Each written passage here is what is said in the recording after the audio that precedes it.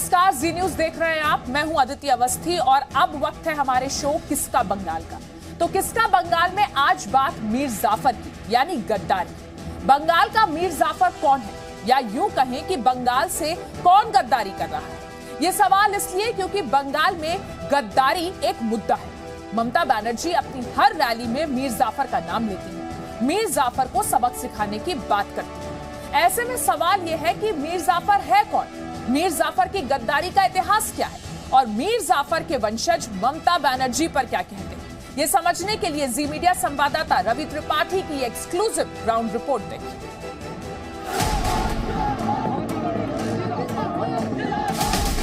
গদ্দারদের সরকার, মির্জাফরের সরকার চাই না, চাই না, মির্জাফর চাই না। বিজেপিকে বিশ্বাস করবেন না, ওরা বিশ্বাসঘাতকের দল, ওরা মির্জাফরের দল। বিজেপির বড় বন্ধু আর একটা হচ্ছে আমাদের কিছু গদ্দার ছিল, মির্জাফর বিশ্বাসঘাতক। मीर जाफर, বাইরে বের করে দিতে হবে। इस एक शब्द का इस्तेमाल बंगाल की चुनावी राजनीति में ममता बनर्जी सबसे ज्यादा कर रही हैं। ওরা মির্জাফরের দল। सवाल है क्यों? इस सवाल को समझने के लिए आपको आज से 264 साल पुराने इतिहास को खंगालना होगा, क्योंकि बंगाल के लिए एक राजनीतिक लड़ाई आज लड़ी जा रही है। तो एक लड़ाई 1757 में पलासी में लड़ी गई, जिसे पलासी के युद्ध के नाम से जाना गया, और उसी समय से दुनिया मीर जाफर को एक गद्दार के रूप में जानती है। बंगाल की राजनीति में आजकल मीर जाफर के नाम की चर्चा खूब हो रही है। ममता बनर्जी लगातार बीजेपी में जो गए हैं नेता टीएमसी के, उनको मीर जाफर कह के पुकार रही है। लेकिन आखिर मीर जाफर है कौन और साथ साथ मीर जाफर के परिवार वाले हैं कहाँ? सोचा कि पहले चलते हैं उनसे बात करते हैं कि आखिर मीर जाफर के परिवार वालों को क्या लगता है, क्योंकि खानदान उनका है, आज मौजूद है, और वो किससे जुड़ा है, वो किसके साथ खड़ा है। ये पश्चिम बंगाल का नदिया जिला है। इसी जगह पर 1757 में पलासी का युद्ध हुआ था, जिसको जीतने के बाद अंग्रेजों ने भारत में अपने साम्राज्य की शुरुआत की थी। बैटल ऑफ बंगाल यानी बैटल ऑफ पलासी कहा जाता है, और बैटल ऑफ पलासी इसी जगह पे हुआ था जिस जगह पे हम खड़े हैं। तस्वीर दिखाना चाहेंगे, ये स्मारक है जिस पे लिखा है, देखिए, बैटल फील्ड ऑफ पलासी।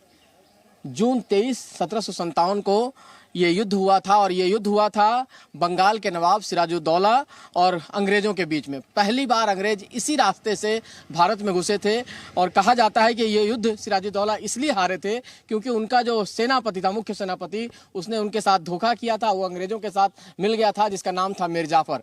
और आजकल अगर बात करें, मीर जाफर शब्द इसलिए मैंने कहा और इस जगह पर हम इसलिए आए हैं क्योंकि आज बंगाल की राजनीति में मीर जाफर का इस्तेमाल, शब्द का इस्तेमाल खूब हो रहा है। और कौन कर रहा है? ममता बनर्जी कर रही है, क्योंकि ममता बनर्जी को लगता है कि उनकी पार्टी के जो उनके सिपाहसलार थे, चाहे तो शुभेंदु अधिकारी हो चाहे वो मुकुल राय हो, दोनों ने पार्टी छोड़कर बीजेपी के साथ मिलकर मीर जाफर वाला काम किया है। उस दौर में मुर्शिदाबाद बंगाल की राजधानी हुआ करती थी। सिराजुद्दौला मुर्शिदाबाद से ही बंगाल पर शासन करते थे।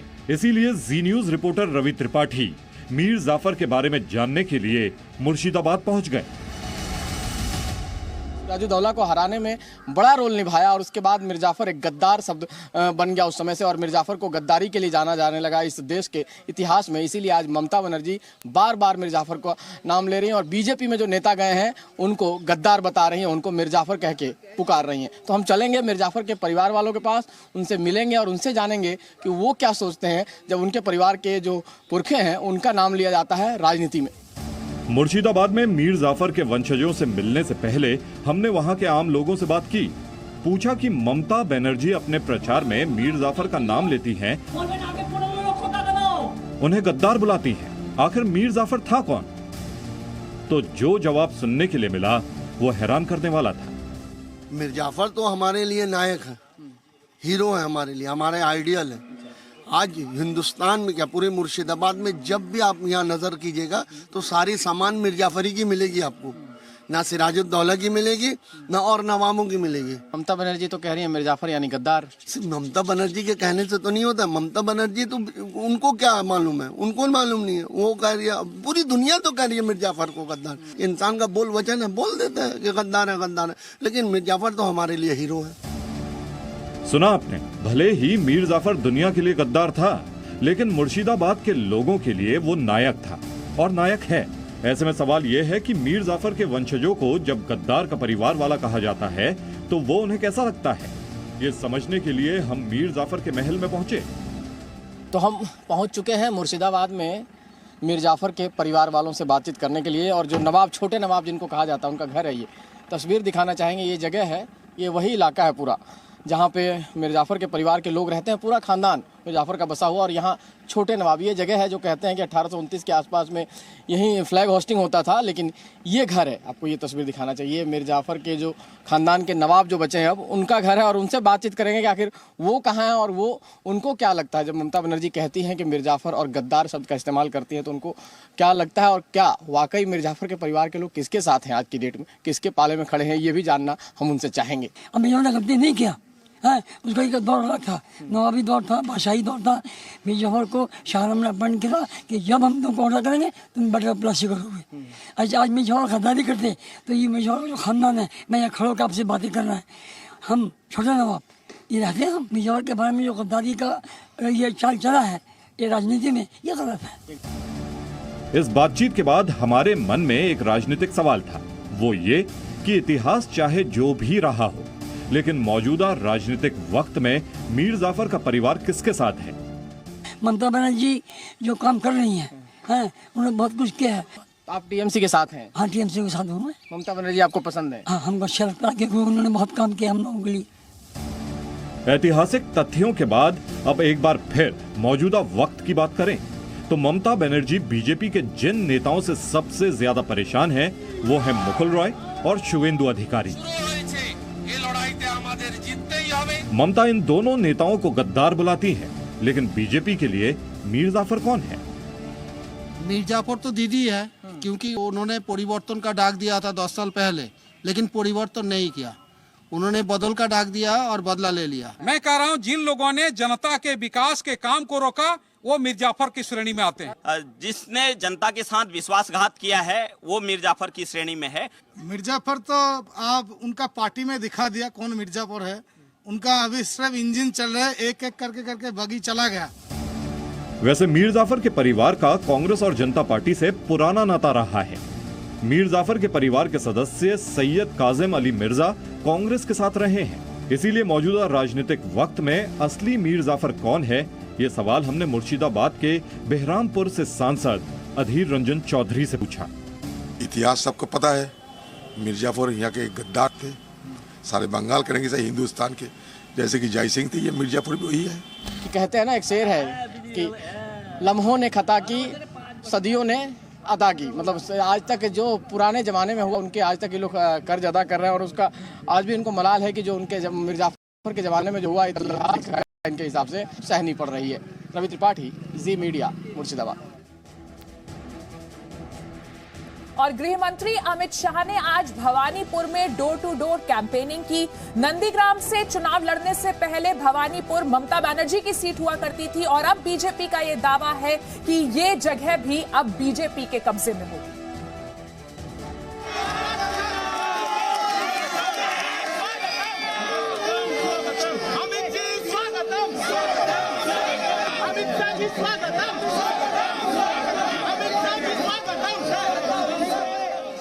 ये तस्वीर बंगाल में ममता बनर्जी के सबसे मजबूत किले भवानीपुर की है।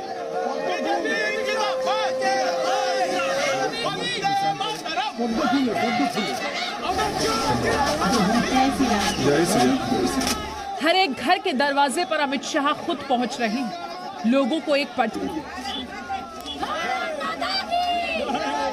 उसके बाद मुस्कुराकर आगे बढ़ जा रहे हैं। नंदीग्राम में ममता को मुश्किलों में डालने वाले शाह अब उन्हें उस जगह पर घेर रहे हैं जहां से ममता बनर्जी लगातार 2 चुनावों में शानदार तरीके से जीत हासिल कर चुकी हैं। गृह मंत्री अमित शाह आज बंगाल दौरे पर दक्षिण कोलकाता के भवानीपुर सीट्स में पहुंचे और यहाँ पे जनसंपर्क बनाने के लिए यहाँ पर एक बस्ती में आए। हम तस्वीरों के माध्यम से दिखा रहे हैं, आप देखिए यहाँ पर ये भवानीपुर का बेलतल्ला इलाका है जहाँ पर इस बस्ती में लोगों के साथ जनसंपर्क करते हुए उनसे बातचीत करते हुए आपको बताते हैं भवानीपुर ये वही सीट है जहाँ से अब तक मुख्यमंत्री ममता बनर्जी यहाँ से चुनाव लड़ती रही है। वो उनकी ट्रेडिशनल सीट थी, लेकिन इस 2021 के विधानसभा चुनाव में अपनी ट्रेडिशनल सीट छोड़कर नंदीग्राम से चुनाव लड़ने के लिए गई ममता बनर्जी। हालांकि भवानीपुर का गणित देखें तो हर चुनाव में ममता बनर्जी यहां कमजोर होती गई हैं। 2011 में ममता बनर्जी भवानीपुर में 54,000 वोटों से जीती। 2016 में ममता बनर्जी की जीत का अंतर सिर्फ 25,000 रह गया।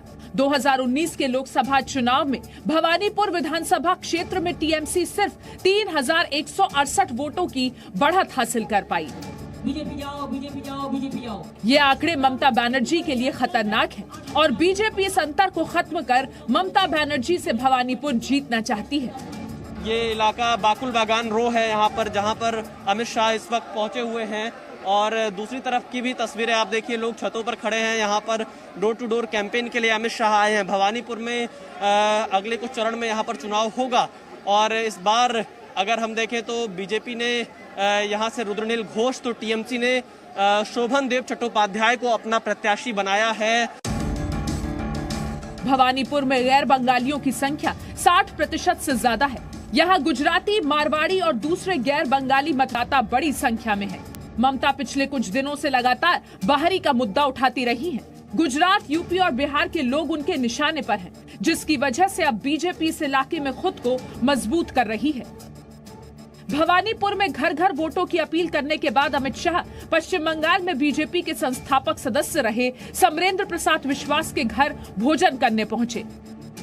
1991 इलेक्शन में हमको डराने को कोई इच्छा नहीं था, तो हम सीधा जोर करके हमको नाम लगा दिया। वो आए हैं इधर मेरा पापा से मीट करने के लिए, तो हम लोग का बंगाली में रिचुअल्स, सबका ही रिचुअल्स है। कोई दोपहर को घर में अतिथि आ रहा है तो उसको खाना खिला के ही हम लोग छोड़ेंगे, इसलिए हम लोग बहुत प्रिविलेज्ड है। तो हम लोग बंगाली क्विज़िन ही मेनली किए हैं। हालांकि भवानीपुर में ममता को घेरने से पहले अमित शाह ने आज दावा किया कि 3 चरणों के चुनाव के बाद बीजेपी 63 से 68 सीटों पर जीत रही है। तीनों चरण में भारतीय जनता पार्टी को अप्रत्याशित समर्थन बंगाल की जनता का मिला है। हमारे एक आकलन के हिसाब से 63 से 68 सीट, 63 टू 68 सीट के बीच में भारतीय जनता पार्टी इस 3 चरण के अंदर जीत रही है। कल चौथे चरण के लिए वोट डाले जाएंगे। अब तक दोनों दल एक दूसरे पर बढ़त का दावा कर रहे हैं। हालांकि बढ़त किसे मिलेगी ये 2 मई को ही पता चलेगा। कोलकाता से विशाल पांडे के साथ पूजा मेहता, जी मीडिया।